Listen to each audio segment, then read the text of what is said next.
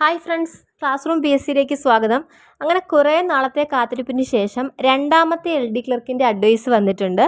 Appointment കിട്ടിയിരിക്കുന്നത് treasury ഡിപ്പാർട്ട്മെൻറ്റിലാണ്. ട്രഷറിയിൽ നമ്മളെ എൽ ഡി ക്ലർക്കിന് പോസ്റ്റിന് പറയുന്ന പേര് ജൂനിയർ അക്കൗണ്ടൻ്റ് എന്നാണ് പറയുന്നത്. അപ്പോൾ ഇപ്പോൾ എൽ ഡി സി നടന്നുകൊണ്ടിരിക്കുന്ന ഈ ഒരു സമയത്ത് തന്നെ എനിക്ക് വീണ്ടും ഒരു എൽ ഡി സിയുടെ അപ്പോയിൻമെൻറ്റ് കിട്ടിയതിൽ ഞാൻ ഭയങ്കര ഹാപ്പിയാണ്. ഇതിന് മുമ്പ് നടന്ന എൽ ഡി സിയിലാണ് എനിക്ക് ആദ്യമായിട്ട് അഡ്വൈസ് വരുന്നതും ഞാനിപ്പോൾ ജോലി ചെയ്തുകൊണ്ടിരിക്കുന്നതും ഇതിന് മുമ്പ് നടന്ന എൽ ഡി സിയിൽ നിന്നാണ്. പോലീസ് ഡിപ്പാർട്ട്മെൻറ്റിലാണ് നിലവിൽ ഞാൻ വർക്ക് ചെയ്തുകൊണ്ടിരിക്കുന്നത്. ആ എൽ ഡി സി കിട്ടാൻ വേണ്ടിയിട്ട് എനിക്ക് വളരെയധികം ബുദ്ധിമുട്ടുകൾ ഉണ്ടായിട്ടുണ്ട്. പഠിക്കാവുന്ന കാര്യത്തിലായാലും എനിക്ക് ഒരുപാട് സാഹചര്യങ്ങൾ കൊണ്ടിട്ടുമൊക്കെ വളരെയധികം കഷ്ടപ്പെട്ടാണ് ഞാൻ പഠിച്ചിട്ടുണ്ടായിരുന്നത്. അപ്പോൾ അന്ന് എടുത്തിട്ടുള്ള അത്രയും എഫേർട്ടും കഷ്ടപ്പാടും ഒന്നും എനിക്ക് ഈ എൽ ഡി സി ക്രാക്ക് ചെയ്യാൻ വേണ്ടി എടുക്കേണ്ടി വന്നിട്ടില്ല. എന്നാൽ അന്ന് കഷ്ടപ്പെട്ടതിൻ്റെ ആ ഫലമാണ് എനിക്ക് ഇപ്പോഴും ലഭിച്ചിരിക്കുന്നത്. അപ്പോൾ ഇതിൽ നിന്ന് എനിക്ക് നിങ്ങളോട് പറയാനുള്ളതെന്ന് വെച്ച് കഴിഞ്ഞാൽ, ഒരു ലക്ഷ്യത്തിന് വേണ്ടി നമ്മൾ കഠിനമായിട്ട് പരിശ്രമിക്കുകയാണെങ്കിൽ ആ ലക്ഷ്യം നേടിക്കഴിഞ്ഞാലും അതിൻ്റെ ഫലം നമ്മളെ തേടി വേറെ ഓപ്പർച്യൂണിറ്റീസ് ആയിട്ട് വന്നുകൊണ്ടിരിക്കും. പിന്നെ കിട്ടുന്നതെല്ലാം നമുക്ക് ബോണസ് പോയിൻറ്റ്സ് ആണ്. അതുകൊണ്ട് നിങ്ങളിപ്പോൾ പഠിക്കുന്നത് കയ്യിൽ അഡ്വൈസ് കിട്ടുന്നത് വരെ നിങ്ങൾ തുടരണം. അല്ലാതെ ഒരു എക്സാം കഴിഞ്ഞിട്ട്, ഫോർ എക്സാമ്പിൾ ഇപ്പോൾ തിരുവനന്തപുരം എൽ ഡി സിയുടെ എക്സാം കഴിഞ്ഞു.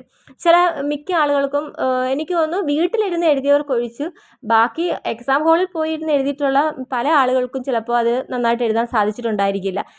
നമ്മൾ വീട്ടിലിരുന്ന് ചെയ്യുന്നവർക്ക് 70 മാർക്ക് 80 മാർക്ക് എന്ന് പറഞ്ഞിട്ട് കമൻ്റ് ഇടുന്നത് കാണാം. പക്ഷേ ഒരു എക്സാം ഹാളിൽ പോയിരുന്ന് ചെയ്യുന്ന ഒരു മനുഷ്യന് നന്നായിട്ട് ടെൻഷനും ഒക്കെ ഉള്ളൊരു ആൾക്ക് തീർച്ചയായിട്ടും അതിൽ സ്കോർ ചെയ്യുന്നതിനൊരു പരിധിയുണ്ട്.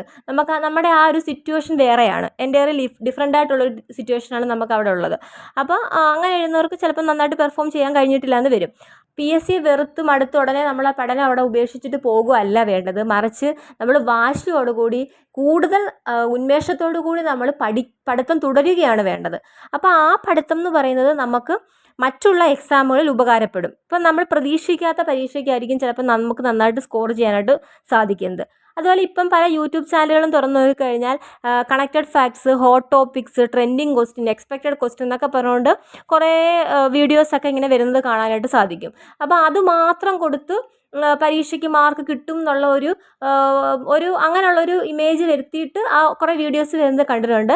എന്നാൽ നിങ്ങൾ അതിലൊന്നും വഞ്ചിതരായിരിക്കാൻ ശ്രമിക്കുക. നിങ്ങളോട് ഞാൻ നേരത്തെ ചെയ്തിട്ടുള്ള എൻ്റെ വീഡിയോസിലെല്ലാം ഞാൻ പറഞ്ഞിട്ടുണ്ട്, നമ്മൾ ക്വസ്റ്റ്യൻ പേപ്പർ മാക്സിമം ചെയ്ത് നോക്കാനായിട്ട് ശ്രമിക്കുക. ഈ ക്വസ്റ്റ്യൻ പേപ്പർ ചെയ്യുമ്പോഴത്തേനും നമുക്ക് ആ ചോദ്യപേപ്പറിൽ നിന്ന് നമുക്ക് മനസ്സിലാവും എവിടെ നിന്ന് പഠിക്കണം, എങ്ങനെ പഠിക്കണം എന്നുള്ള ഒരു കൃത്യമായ ഒരു സൂചന നമുക്ക് ക്വസ്റ്റ്യൻ പേപ്പറിൽ നിന്ന് കിട്ടും.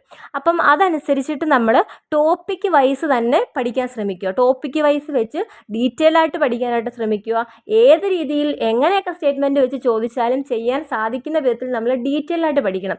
അല്ലാതെ കണക്റ്റിംഗ് ഫാക്ട്സ് മാത്രം പഠിച്ചിട്ടോ അല്ലെങ്കിൽ കുറച്ച് ക്വസ്റ്റ്യൻസ് മാത്രം ഹോട്ട് ടോപ്പിക്സ് മാത്രം പഠിച്ചിട്ടോ ഒന്നും പി എസ് സി നമുക്ക് നേടാനായിട്ട് സാധിക്കത്തില്ല. ഡീറ്റെയിൽഡ് ആയിട്ട് നല്ല ടോപ്പിക് വൈസായിട്ട് കഷ്ടപ്പെട്ട് തന്നെ പഠിക്കാനായിട്ട് ശ്രമിക്കുക. അങ്ങനെ പഠിച്ചെങ്കിൽ മാത്രമേ നിങ്ങൾക്ക് ജോലി കിട്ടത്തുള്ളൂ. അല്ലാതെ പഠിച്ചിട്ട് പി എസ് സിയെ വഞ്ചിക്കാനായിട്ട് നമ്മൾ ശ്രമിക്കേണ്ട, നമുക്കത് കിട്ടത്തില്ല. അപ്പം ഇങ്ങനെ കഷ്ടപ്പെട്ട് പഠിക്കുകയാണെങ്കിൽ അതിൻ്റെ ഫലം നമുക്ക് വെറുതെ ആയി പോകത്തില്ല. അത് എന്നേക്കുമായിട്ട് നമുക്ക് ഉപകരിക്കുന്നുള്ള കാര്യത്തിൽ ഉറപ്പാണ്. പിന്നെ ഇപ്പോൾ കിട്ടിയിരിക്കുന്ന ഈ ജോലിക്ക് പോയിട്ടുണ്ടോ, ഞാൻ പോയോ എന്താണെന്നുള്ള കാര്യം പറയുകയാണെങ്കിൽ ഇതിനെക്കുറിച്ച് എനിക്ക് ഭയങ്കര കൺഫ്യൂഷനായിരുന്നു. അതായത് അപ്പം ഞാൻ ട്രഷറിയിലൊക്കെ വർക്ക് ചെയ്യുന്ന കുറേ ആൾക്കാരുമായിട്ട് അവിടുത്തെ ജോലിയെക്കുറിച്ചും എങ്ങനെയാണ് പ്രൊമോഷൻ കാര്യങ്ങളൊക്കെ കുറിച്ച് സംസാരിക്കുകയൊക്കെ ചെയ്തിരുന്നു. അപ്പം ഈ ട്രഷറിയിലും പോലീസ് ഡിപ്പാർട്ട്മെൻറ്റിലും ഒക്കെ പ്രൊമോഷൻ എന്ന് പറയുന്നത് ഇപ്പം എല്ലാ ഡിപ്പാർട്ട്മെൻറ്റിലും ഏറെക്കുറെ 7-8 വർഷമൊക്കെ എടുക്കുന്നുണ്ട്. കാരണം മുകളിലോട്ട് ഇരിക്കുന്ന ആളുകൾക്ക് ഏജ് കുറയുന്നതിനനുസരിച്ചിട്ടൊക്കെ റിട്ടയർമെൻറ്റിൻ്റെ സാധ്യതകൾ കുറയുന്നതിനനുസരിച്ച് നമുക്ക് പ്രൊമോഷനൊക്കെ ഇപ്പം വളരെയധികം കുറവാണ്. എങ്കിൽ പോലും പോലീസിലും ട്രഷറിയിലും ഒക്കെ സെയിം തന്നെയാണ്. അപ്പോൾ അതുമാത്രമല്ല, ഞാനിപ്പോൾ 3 വർഷമായി പോലീസ് ഡിപ്പാർട്ട്മെൻറ്റിൽ വർക്ക് ചെയ്യുകയാണ്. അപ്പം അങ്ങോട്ട് പോയി കഴിഞ്ഞാൽ ട്രഷറിയിലേക്ക് ഞാൻ പോവുകയാണെങ്കിൽ അവിടെ ഞാൻ ജൂനിയറായി പോകും.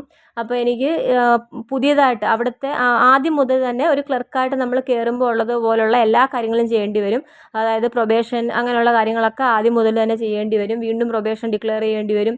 പിന്നെ സാലറി മാത്രമേ പ്രൊട്ടക്റ്റ് ചെയ്ത് കിട്ടത്തുള്ളൂ. അവിടെ ജൂനിയറായി പോകും. അപ്പോൾ അങ്ങനെയുള്ള എനിക്ക് വലിയ മെച്ചമൊന്നും ഉള്ളതായിട്ട് തോന്നിയില്ല. അതുകൊണ്ട് തന്നെ പിന്നെ ഞാൻ എന്ത് ചെയ്തു, NJD കൊടുത്തു. അപ്പോൾ അടുത്ത ആൾക്കത് കിട്ടട്ടെ എന്ന് വിചാരിച്ചു, NJD കൊടുത്തു. അപ്പം ഇനി അടുത്ത സെക്രട്ടേറിയറ്റ് അസിസ്റ്റൻ്റ് എക്സാം വരുന്നുണ്ട്. അപ്പോൾ ഞാൻ കുറേ നാളായിട്ട് പഠിക്കുന്നൊന്നും ഇല്ലായിരുന്നു. അതുകൊണ്ട് തന്നെ ഇനി ഈ സെക്രട്ടേറിയറ്റ് അസിസ്റ്റൻറ്റ് പഠിക്കണം എന്നെനിക്ക് ഭയങ്കരമായിട്ട് ആഗ്രഹം തോന്നുന്നുണ്ട്. അപ്പം നിങ്ങൾക്കും താല്പര്യം ഉണ്ടെങ്കിൽ നമ്മളിനി ക്ലാസ്സുകളൊക്കെ ഇടാനായിട്ട് ശ്രമിക്കുന്നുണ്ട്. പഠിക്കണം എന്ന് ആഗ്രഹമുള്ളവരാണെങ്കിൽ നിങ്ങൾക്ക് സമയമുണ്ടെങ്കിൽ ചാനലിലിടുന്ന വീഡിയോസൊക്കെ കണ്ടു നോക്കുക. അതുപോലെ തന്നെ നമ്മൾ എക്സാം ഹാളിൽ ചെല്ലുമ്പോൾ നെഗറ്റീവ് മാർക്ക് കുറയ്ക്കാനായിട്ട് ഞാൻ ഉപയോഗിച്ചിരുന്ന ടിപ്സ് വെച്ചിട്ടുള്ള ഒരു വീഡിയോ നമ്മൾ ചെയ്തിട്ടുണ്ട്. അത് കണ്ടിട്ടില്ലാത്തവർ സാധിക്കുമെങ്കിൽ അതുകൂടെ കണ്ടു നോക്കുക. അപ്പോൾ നിങ്ങൾ LDC എന്ന് പറഞ്ഞ് മാത്രം നിർത്തി പോകാതെ LDC കഴിഞ്ഞിട്ട് അടുത്ത എക്സാം വരുന്നുണ്ട്, അതിന് വേണ്ടിയിട്ട് ശ്രമിക്കുക. തീർച്ചയായിട്ടും നമ്മുടെ ശ്രമങ്ങൾ തുടർന്നുകൊണ്ടേയിരിക്കണം. നമ്മൾ ഒരിക്കലും പരാജയപ്പെട്ട് പിന്മാറി പോകുകയല്ല വേണ്ടത്. അങ്ങനെ പോയവർക്ക് ഒരിക്കലും വിജയം കണ്ടെത്താനായിട്ട് സാധിക്കത്തില്ല. നമ്മൾ നമ്മുടെ ആ ലക്ഷ്യത്തിൽ നമ്മൾ എത്തുന്നിടം വരെ നമ്മൾ കഠിനമായിട്ട് പരിശ്രമിച്ചുകൊണ്ടേയിരിക്കുക. അങ്ങനെയുള്ളവർക്കാണ് അവസാന വിജയം എന്നുള്ളത് നിങ്ങൾ മറന്നു പോകാതിരിക്കുക. അപ്പം വീഡിയോ ഇഷ്ടപ്പെട്ടിട്ടുണ്ടെങ്കിൽ ലൈക്ക് ചെയ്യുക, ഷെയർ ചെയ്യുക, സബ്സ്ക്രൈബ് ചെയ്യുക.